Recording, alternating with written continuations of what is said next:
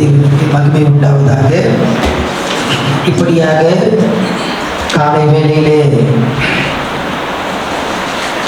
தேவனை துதிக்க, தேவனை பாட, வேத வசனங்களை தியானிக்க தேவன் தந்திருக்கிறதான இப்படிப்பட்டதான நல்ல வாய்ப்புகளுக்காக கர்த்தரை நான் ஸ்தோத்திரிக்கிறேன். இது 4வது வருடம், அப்படித்தானே? ஆமாம், 4வது வருடம் என்று நான் நினைக்கிறேன். 3 வருடங்களை கடந்து இந்த 4வது வருடத்தில் இப்படியாய் இந்த காலை வேளையிலே தேவனை ஆராதிக்க தேவன் தந்திருக்கிறதான கிருபைகளுக்காக ஸ்தோத்திரம். இந்த வருடத்திலே இந்த 50 நாட்கள் நாம் எடுத்துக்கொண்டதான தலைப்பு என்னவென்றால் ரோமருக்கு எழுதின நிருபத்தை நாம் தியானிக்கலாம். கடந்த வருடங்களிலே நாம் நீதிபதிகள், சங்கீதத்தை தியானித்தோம். இப்பொழுது நாம் ரோமர் புத்தகத்திலிருந்து ஒரு சில காரியங்களை தொடர்ச்சியாக நாம் தியானிக்க போகிறோம். முதல் 7 வசனங்களை வாசிக்கலாம். முதல் 7 வசனம். இயேசு கிறிஸ்துவின் ஊழியக்காரனும் அப்போஸ்தலனாகும்படி அழைக்கப்பட்டவனும் தேவனுடைய சுவிசேஷத்திற்காக பிரித்தெடுக்கப்பட்டவனுமாகிய பவுல், ரோமாபுரியில் உள்ள தேவபிரியரும் பரிசுத்தவான்களாகும்படி அழைக்கப்பட்டவர்களுமாகிய அனைவருக்கும் எழுதுகிறதாவது, நம்முடைய பிதாவாகிய தேவனாலும் கர்த்தராகிய இயேசு கிறிஸ்துவினாலும் உங்களுக்கு கிருபையும் சமாதானம் உண்டாவதாக. இயேசு கிறிஸ்துவை குறித்து தேவன் தம்முடைய தீர்க்கதரிசிகள் மூலமாய் பரிசுத்த வேதாகமங்களில் முன்னே தம்முடைய சுவிசேஷத்தை பற்றி வாக்குத்தத்தம் பண்ணினபடி கர்த்தராகிய இயேசு கிறிஸ்துவானவர் மாம்சத்தின்படி தாவீதின் சன்னதியில் பிறந்தவரும் பரிசுத்தமுள்ள ஆவியின்படி தேவனுடைய சுதரென்று மரித்தோரில் இருந்து உயிர்த்தெழுந்ததினாலே பலமாய் ரூபிக்கப்பட்ட தேவகுமாரமாய் இருக்கிறார். அவர் சகல ஜாதிகளையும் அவர்களுக்குள் கிறிஸ்துவினால், இயேசு கிறிஸ்துவினால் அழைக்கப்பட்டவர்களாகிய உங்களையும் தமது நாமத்தின் நிமித்தம் விசுவாசத்திற்கு கீழ்ப்படியம் பண்ணும் பொருட்டு எங்களுக்கு கிருபையும் அப்போஸ்தல ஊழியத்தையும் அருளி செய்திருக்கிறார். பரிசுத்த பவுல் அநேக சபைகளை ஸ்தாபித்தவர். அநேக சபைகளுக்கு கடிதத்தை, நிருபத்தை அவர் எழுதியிருக்கிறார். ஆனால் இந்த ரோமாபுரிக்கு அவர் கடிதத்தை எழுதுகிறார். இந்த கடிதத்தை அவர் எழுதும் போது, ரோமருக்கு எழுதின நிருபத்தை அவர் ரோமாபுரியில் இருக்கிறதான அந்த சபைக்கு அவர் எழுதும் போது அந்த இடத்தை, அந்த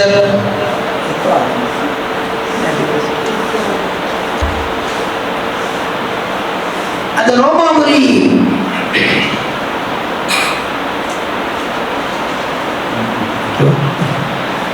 அந்த ரோமாபுரி பட்டணத்துக்கு அவர் கடந்து போனதில்லை. கடந்து போகாத ஒரு இடம் ரோமாபுரி பட்டணத்தை பவுல் பார்த்ததில்லை. பார்க்காத ஒரு இடத்துக்கு, யாரும் தெரியாத ஒரு நபருக்கு ஒரு கடிதத்தை அவர் எழுதுகிறார். அதுதான் இந்த ரோமருக்கு எழுதினதான நிருபம். யாரு இதுவரைக்கும் அந்த இடத்துக்கு போனதில்லை, அங்க இருக்கிற எந்த நபரையும் அவருக்கு தெரியாது. அப்படி இருக்கிறதான நேரத்துல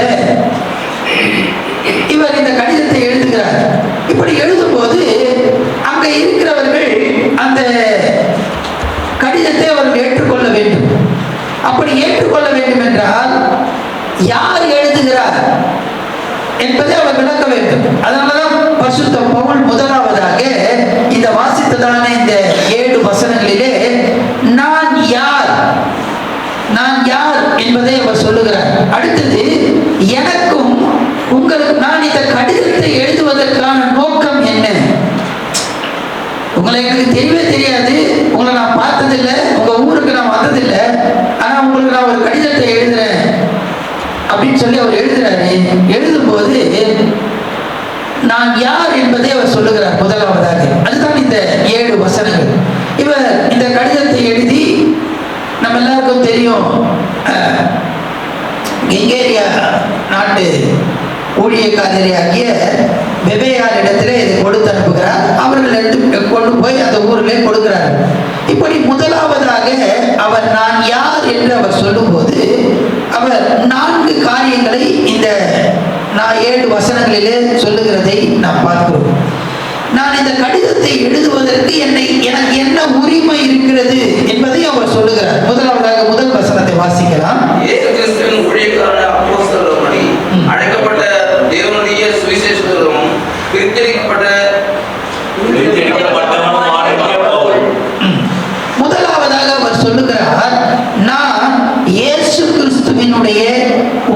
ஊழியக்காரன், இயேசு கிறிஸ்துவினுடைய ஊழியக்காரன் என்று அவர் சொல்லுகிறதை பார்க்கிறோம்.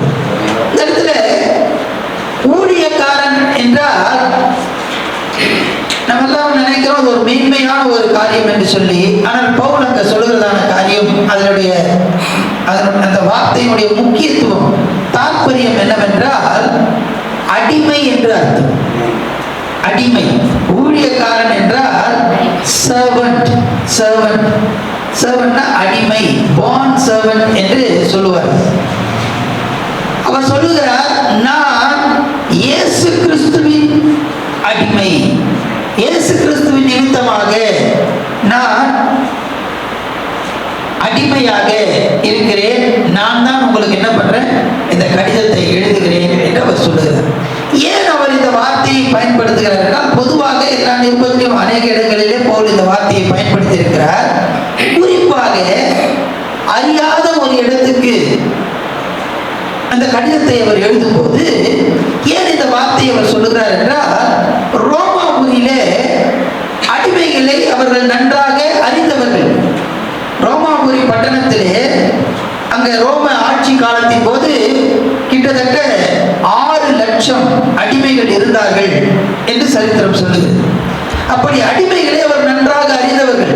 அடிமை தன்னுடைய விருப்பத்தை செய்ய முடியாது, அவன் யோசிக்கிறதை செய்ய முடியாது, அவன் விரும்புகிறதை அவனால் செய்ய முடியாது.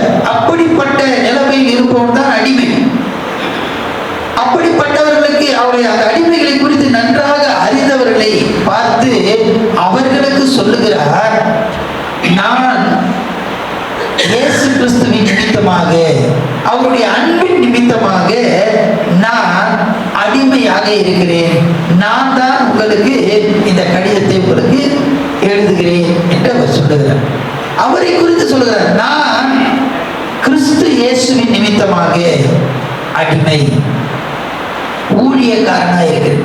இவர் எப்படி ஊழியக்காரனாக மாறினார்? அடிமையாக, நான் அடிமையாக இருக்கிறேன், இயேசு கிறிஸ்துவின் நிமித்தமாக, அவர் என்னை பிடித்தது நிமித்தமாக, அவருடைய அன்பின் நிமித்தமாக நான் என்னுடைய விருப்பத்தை அல்ல அவருடைய விருப்பத்தை செய்ய, எஜமானினுடைய விருப்பத்தை செய்ய என்னை நான் ஒப்பு கொடுத்திருக்கிறேன் என்று அவர் சொல்லுகிறார். இவர் எப்படி இந்த ஊழியத்தை ஆரம்பித்தார் என்றால், இயேசு கிறிஸ்துவின் மேலுள்ள அன்பின் நிமித்தமாக. ஆண்டவர் இவரை நேசித்தார், இவரை பிடித்தார், அது ஒரு பக்கம். ஆனா பவுல் இயேசுவை நேசித்தார். அவருடைய அன்பின் நிமித்தமாக, தேவனுடைய அன்பு அவரை நெருக்கி ஏவினது நிமித்தமாக, அன்பின் நிமித்தமாக அவர் சொல்லுகிறதான காரியம், நான் இந்த ஊழியத்துக்கு, ஆண்டவருடைய எனக்கு கொடுத்ததான இந்த ஊழியத்தை அவர் அன்பின் நிமித்தமாக நான் நிறைவேற்றுகிறேன். நான் இயேசு கிறிஸ்துவினுடைய அடிமை, ஊழியக்காரன், இயேசு கிறிஸ்துடைய ஊழியக்காரனாக இருக்கிறேன் என்று அவர் சொல்லுகிறதை பார்க்கிறோம். அடுத்தபடியாக இரண்டாவதாக வாசிக்கலாம், அதே வசனத்தை வாசிக்கலாம். தேவபிரியரும் பரிசுத்தவான்களுமாக இருப்படி அழைக்கப்பட்டவர்களும் அனைவருமாகவும் எழுதியிருக்கிறது. இரண்டாவதாக அப்போஸ்தலனாகும்படிக்கு, முதலாவதாக அவர் தேவனுடைய ஊழியன். எப்படி அந்த ஊழியத்தை அவர் ஏற்றுக்கொண்டார் என்றால் அன்பின் நிமித்தமாக. இரண்டாவதாக அப்போஸ்தலன். அப்போஸ்தலன் என்றால் ஒரு குறிப்பிட்ட அதிகாரத்தின் பேரிலே ஒரு குறிப்பிட்ட ஒரு பணியை செய்வதற்காக அனுப்பப்படுவது. ஒரு அதிகாரத்தின் பேரிலே எனக்கு அதிகாரத்தை கொடுத்து நீங்க போய் அந்த வேலையை என்ன பண்ணுங்க, செய்து முடிங்க அப்படின்னு சொல்லி சொல்லுவது. ஒரு அதிகாரத்தை கொடுத்து அனுப்புவது, அதுதான் அது அப்போஸ்தலன். இப்ப பவுல் சொல்றாரு, நான் அப்போஸ்தலனாக இருக்கிறேன். ஆண்டவர் எனக்கு ஒரு கட்டளை கொடுத்து என்னை என்ன பண்ணியிருக்கார், அனுப்பி இருக்கிறார். அவர் எங்க அந்த கட்டளையை பெற்றார் என்றால் எல்லாருக்கும் தெரிய, எடுத்து வாசிக்க வேண்டாம். அப்போஸ்தலர் 9ஆம் அதிகாரம் முதல் 9 வசனத்துல பார்த்தோம் அப்படின்னு சொன்னா, இதை நம்ம பார்க்கலாம். அவர் எப்படி ஆண்டவரிடத்தில் கட்டளை பெற்றார். ஒரு வசனத்தை மட்டும் வாசிக்கலாம். அப்போஸ்தலர் 9ஆம் அதிகாரத்தினுடைய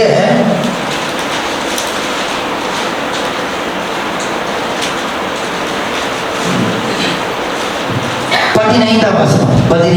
அதற்கு கர்த்தர், நீ போ. ஒரு அதிகாரத்தை கொடுத்து அனுப்பப்படுகிறதை நாம் பார்க்கிறோம். நீ போ, அவன் புறஜாதிகளுக்கும் ராஜாக்களுக்கும் இஸ்ரவேல் புத்திரருக்கும் என்னுடைய நாமத்தை அறிவிக்கிறதற்காக நான் தெரிந்து கொண்ட பாத்திரமாய் இருக்கிறான். இது அனனியாவுக்கு சொல்லப்படுகிறதான காரியம். இந்த அனனியாவை பார்த்து ஆண்டவர் சொல்லுகிறார், இங்கே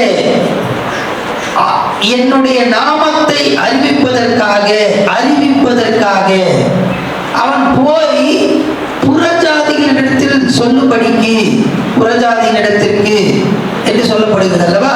இந்த ரோமாபுரியானது புறஜாதிகளோட பட்டணம். அங்கே அவன் ஒரு அதிகாரத்தை அவன் பெற்றுக் கொள்கிறான். ஒரு குறிப்பிட்ட ஒரு காரியத்துக்காக அதிகாரத்தை, அதுதான் இவர் இங்க சொல்லுகிறார். ரோமர் 1ஆம் அதிகாரம் 1ஆம் வசனத்திலே, நான் ஒரு அப்போஸ்தலனாய் இருக்கிறேன் என்று சொல்லுகிறதை பார்க்கிறோம். அடுத்தபடியாக அப்போஸ்தலனாய் இருக்க வேண்டும் என்றால் அவருடைய தகுதி, அப்போஸ்தலன் என்றால் இயேசுவை அவர்கள் கண்டு இருக்க வேண்டும். இயேசுவை கண்டவர்கள் தான் அப்போஸ்தலர்கள். அவர்களுக்கு தான் அப்போஸ்தலர் என்று பெயர் கொடுக்கப்பட்டது. அப்படி என்றால் அவன் இயேசுவை எப்பொழுது காண்கிறான் என்றால், இதே தமஸ்கு வீதியிலே இயேசுவை அவன் தரிசித்தான் என்று நாம் பார்க்கிறோம். இயேசுவை அவன் பார்த்திருக்கிறான். அதனால் அவன் அப்போஸ்தலன். ஒரு குறிப்பிட்டதான ஒரு நோக்கத்துக்காக ஒரு கட்டளை பெற்று அவன் அனுப்பப்படுகிறான், அனுப்பப்பட்டவனாய் இருக்கிறான். எனவே அவன் சொல்லுகிறான், நான் அப்போஸ்தலன். முதலாவதாக நான் ஒரு ஊழியக்காரன், தேவனுடைய அன்பின் நிமித்தமாக இந்த ஊழியத்தை நான் செய்கிறேன். அடுத்தபடியாக நான் அப்போஸ்தலன். காரணம் என்னவென்றால், நான் அவரை தரிசித்திருக்கிறேன், அவரை கண்டிருக்கிறேன், எனக்கு ஒரு அதிகாரம் கொடுக்கப்பட்டிருக்கிறது, அந்த அதிகாரத்தின் பேரிலே நான் அனுப்பப்பட்டவனாய் இருக்கிறேன் என்று அவர் சொல்லுகிறார். வாசிக்கிறோம் ஒரு வசனத்தை. 1 கொரிந்தியர் புத்தகம் 9ஆம் அதிகாரம் முதல் 2 வசனங்கள். 1 கொரிந்தியர் 9 முதல் 2 வசனங்கள். நான் அப்போஸ்தலன் அல்லவா, நான் சீஷன் அல்லவா, சுயாதீனன் அல்லவா, நம்முடைய கர்த்தராகிய இயேசு கிறிஸ்துவை நான் தரிசிக்கவில்லையா? கர்த்தருக்குள் நீங்கள் கிரியையாய் இருக்கிறீர்கள் அல்லவா.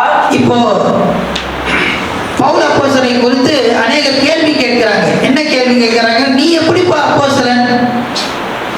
நீ எப்படி அப்போஸ்தலன்? கலாத்தியருக்கு அவர் எழுதும் போது அதான் சொல்லுவார், நான் அப்போஸ்தலன் என்று சொல்லுவார். ஆனா அவர் அநேகர் சொல்ல வேண்டும் என்றால் அவர் அப்போஸ்தலன் அல்ல, இயேசுவை தரிசித்தவர்கள் மாத்திரம்தான் அப்போஸ்தலன். அதை கேள்வி கேட்கும் போது அவர் சொல்றாரு, நான் இயேசுவை தரிசிக்கவில்லையா?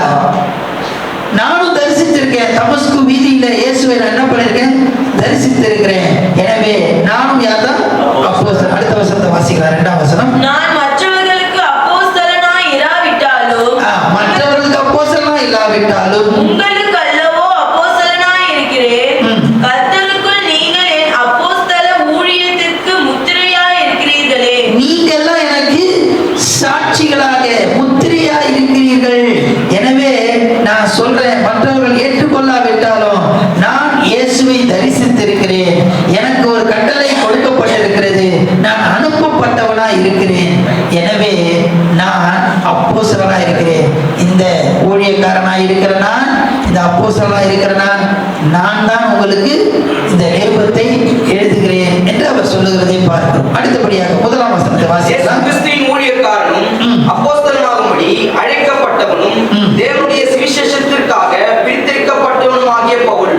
சுவிசேஷத்துக்காக பிரித்தெடுத்து வைக்கப்பட்டவன், சுவிசேஷத்துக்காக பிரித்தெடுத்து வைக்கப்பட்டவன் என்று சொல்லுகிறதை பார்க்கிறோம். 3ஆவதாக அவர் சொல்லுகிறார், நான் ஒரு சுவிசேஷகர். நான் சுவிசேஷகர். பவுல்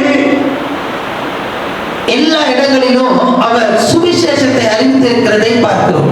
உயிர்த்தெழுந்த இயேசுவை அவர் நிரூபித்து காண்பித்திருக்கிறார். இயேசு மரித்தார், அவர் அடக்கம் பண்ணப்பட்டார், அவர் உயிர் தெழுந்தார். அதுதான் மேலே நம்ம 5ஆம் வசனத்துல வாசிக்கலாம். மாம்சத்தின்படி தாவீதின் சந்நிதியில் பிறந்தவரும் பரிசுத்தமுள்ள ஆவியின்படி தேவனுடைய சுதன் என்று மரித்தோரிலிருந்து உயிர்த்தெழுதலினாலே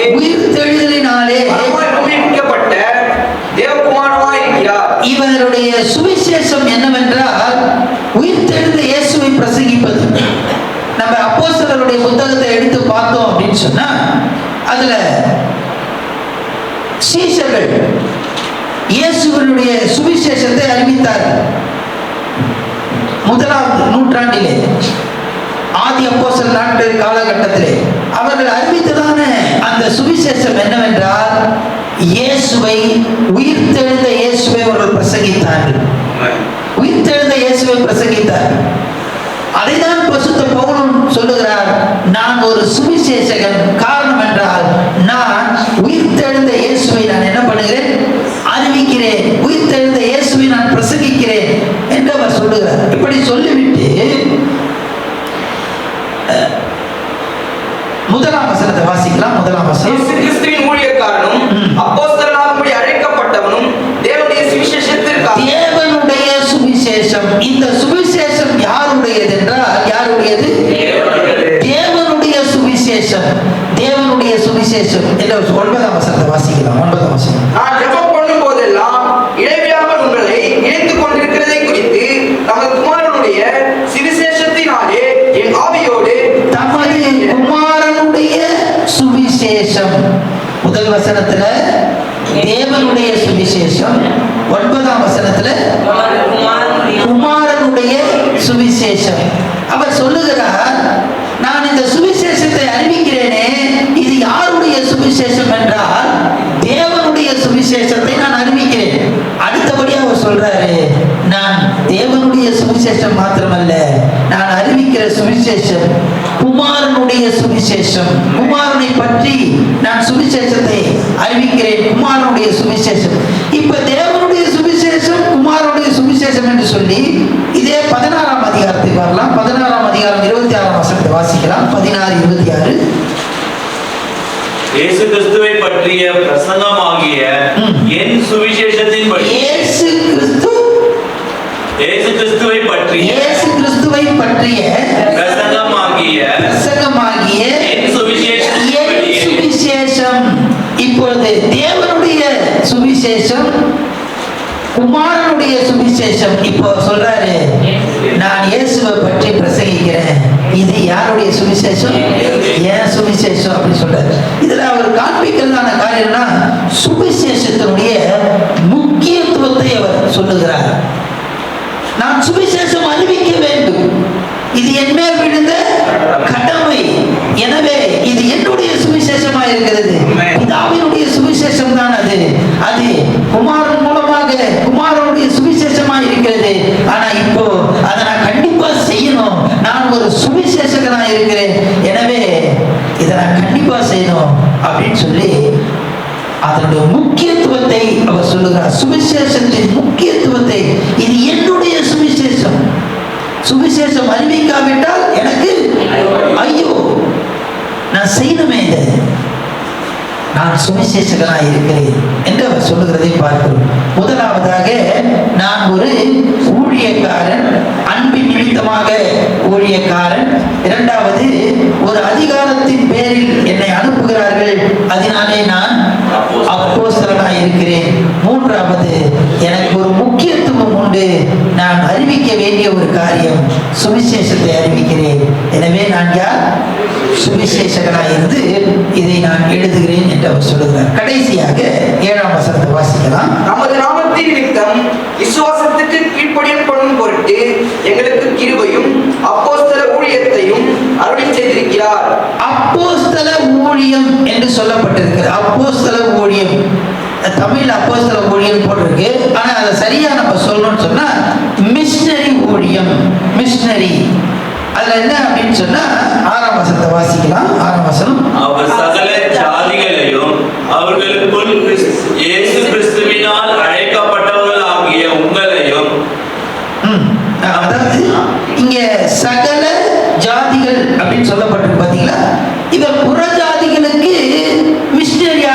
எழுதுகிறார். இந்த ரோமாபுரி பட்டணத்தில் இருந்தவர்கள் இந்த சபையில யூதரும் இருந்தார்கள், புறஜாதி மக்களும் இருந்தார்கள். நம்ம உள்ள ரோமர் புத்தகத்துக்குள்ள நம்ம கடந்து போகும்போது அதெல்லாம் நம்ம பார்க்கலாம். யாருக்கு அது எழுதுகிறார்? பேர் ஊரே தெரியாது, இது வரைக்கும் பார்த்ததில்லை, ஆள் யாருன்னே தெரியல, அவங்களுக்கு எழுதுறாரு. அதனால அவர் சொல்றாரு, நான் யார் எழுதுறேன் அப்படின்னு சொன்னா, நான் யார் உங்களுக்கு அப்படின்னு சொன்னா, நான் தேவனுடைய ஊழியக்காரன். அடுத்தது நான் ஒரு அப்போஸ்தலன், நான் ஒரு சுவிசேஷகன். கடைசியா சொல்றாரு, நான் ஒரு மிஷனரி. மிஷனரி மிஷனரி என்றால் யாரும் ஸ்தாபிக்காத ஒரு இடம், யாரும் ஊழியம் செய்யாத ஒரு இடத்துல போய் ஊழியம் செய்வதுதான் மிஷனரி என்று சொல்லுவார். இந்த பவுல் இந்த ரோமாபுரி பட்டணத்துக்கு அவர் என்ன பண்ணல, போகல. அங்க ஆல்ரெடி என்ன இருக்கு, ஊழியம் நடக்குது. அப்படி நடந்துட்டு இருக்கு. ஆனா இவங்க எப்படி சொல்றாரு மிஷனரின்னு சொல்லு அப்படின்னு சொன்னா, அங்க இருந்ததான சபைகள் ஒரு பெரிய எல்லாரும் ஒன்னா சேர்ந்து கூடி ஆராதிக்கிற ஒரு கூட்டமா இல்லை. அங்க குழுக்களாக தனித்தனி குழுக்களாக அநேக குழுக்கள் இருந்தது. புறஜாதிகளுடைய மக்கள் மத்தியிலே அநேக குழுக்களாக இணைந்து அவர்கள் தேவனை ஆராதித்து வந்தார்கள் ரோமாபுரி பட்டணத்தில். அப்படிப்பட்ட மக்களை பார்த்து அவர் சொல்லுகிறார், நான் மிஷனரியா இருக்கிறேன். வாசிக்கலாம் ஒரு வசனத்தை, 15ஆம் அதிகாரத்தினுடைய 20ஆம் வசனம் வாசிங்க. 15ஆம் அதிகாரம் ரோமர் 15:20. மேலும் அவருடைய செய்தியை அறியாதிருந்தவர்கள் காண்பார்கள் என்றும் கேள்விப்படாதிருந்தவர்கள் உணர்ந்து கொள்வார்கள் என்றும் எழுதியிருக்கிறபடியே நான் மற்றொருவனுடைய அஸ்திபாரத்தின் மேல் கட்டப்படாதபடிக்கு, நான் மற்றவர்களுடைய அஸ்திபாரத்தின் மேல கட்டப்படாதபடிக்கு கிறிஸ்துவினுடைய நாமம் சொல்லப்பட்டிராத இடங்களில் சுவிசேஷத்தை அறிவிக்கும்படி நாடுகிறேன். இதுதான் பவுலுடைய அப்போஸ்தல ஊழியம், அந்த மிஷனரி ஊழியம். அவர் சொல்றாரு, ஏற்கனவே அடித்தளம் போட்டது அவங்க மேல போய் நான் என்ன பண்ண போறது கிடையாது, கட்டுறது கிடையாதுப்பா. நான் என்ன பண்ணேன்னா, சுவிசேஷம் அறிவிக்காத இடத்துல போய் நான் என்ன பண்றேன், சுவிசேஷத்தை அறிவிக்கிறேன். அதுதான் என்னுடைய, நான் யார் அப்படின்னு சொன்னா, நான் ஒரு மிஷனரி.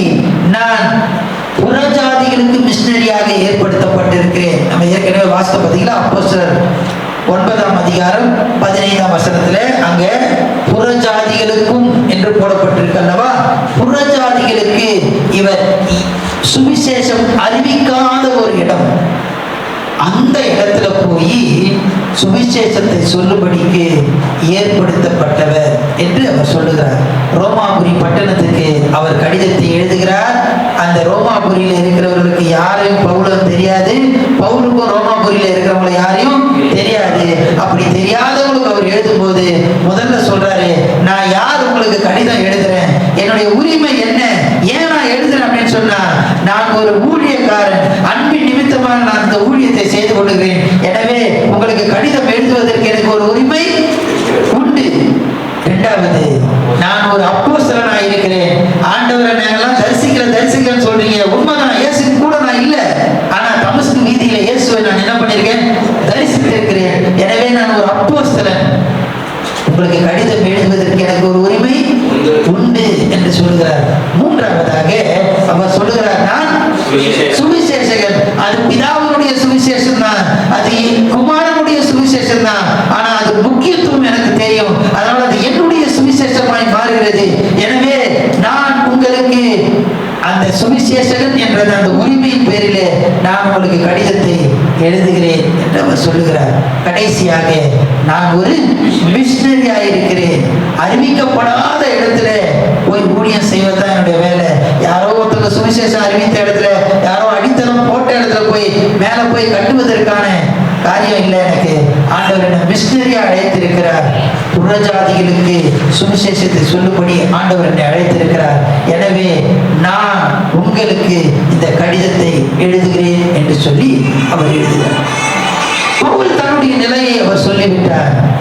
இன்றைக்கு நம்மளுடைய நிலை என்ன? இன்றைக்கு சொல்லுங்கள், கிறிஸ்துவுக்குள் நீங்கள் யாராய் இருக்கிறீர்கள்? கண்ணில் மூடி நம்ம ஜெபிக்கலாம்.